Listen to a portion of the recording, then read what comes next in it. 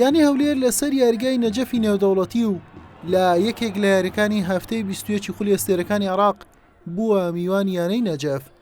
لە بەشی یەکەمی نیوە یەکەم یاریەکە هیچ ڕووداوێک ڕووینەدا شایانی باز بێت.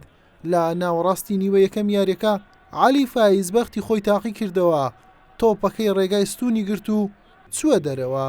کوڕانی خاوەن ماڵ لە هەوڵەکانیان بەردەوام بوون بە ئامانجی شکاندنی بربەستی یەکسانی. لە خولەکی 38 یوسف بن سۆدەی تونسی توانی هەولێر بە گۆڵ یەکەم لە یاریەکە پێش بخات بە تۆمارکردنی گۆڵێکی جوان لە دوورەوە.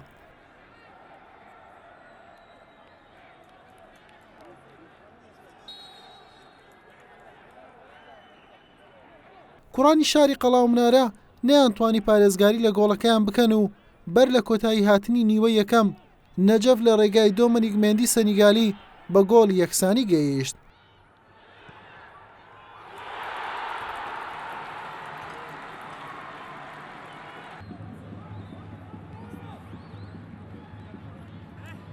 نیوەی دووەم یاریەکە دەستی پێکردەوە، هەردووتی بە ئامانجی پێشکەوتن لە ئەنجام یاریەکە دەستیان بە هەوڵەکانیان بۆ گۆڵ تۆمارکردن کردەوە.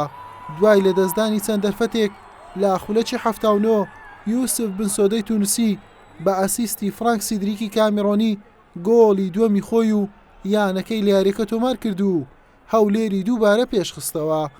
یاریەکەش هەر بەم ئەنجامە و بە سەرکەوتنی هەولێر کۆتایی هات.